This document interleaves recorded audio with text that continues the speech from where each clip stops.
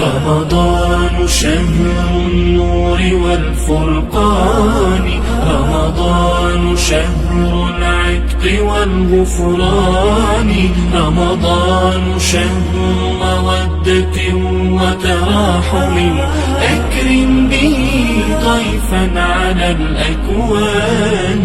قطع لياليه بوصل دائم، فالوصل يطفئ صبوة الولهان.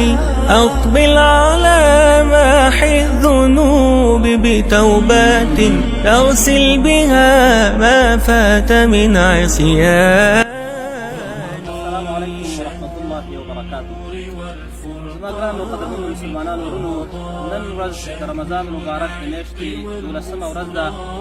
راغلي یو د کونړ ولایت د ماړوګو ولسوالۍ د کنډګل کلي ته او د دغې علاقې مدرسې ته راغلي یو.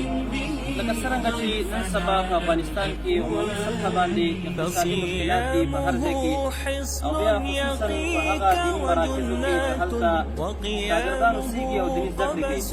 نو د دغې مدرسې بعضې مشکلات ضرورتونه چې په هغې کې یو ډېر ضرورت شو اشد مشکل و، هغه د افطاري او د بېشتمي دپاره د دغه شاګردانو څه بندوبست و. نو دغه خبره دوی د النصر خیریه بنسټ د ملګرو سره شریکه کړې وه. الله رب العالمین دې د النصر خیریه بنسټ ټولو ملګرو ته اجرونه ورکړي چې هغوی د دغې مدرسې د شاګردانو سره د افطاري او د بېشتمي په برخه کې د دغه موادو کومک وکړ. مونږ به همیشه انشاءالله دغسې د دغه النصر خیریه بنسټ ملګرو ته دعاګانې کوو، دغه شاګردان به دعاګانې کوي.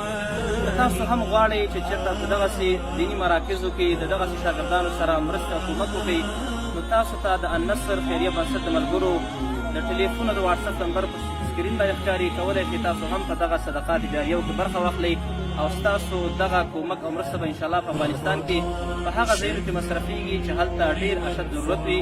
والسلام علیکم ورحمة الله وبرکاته.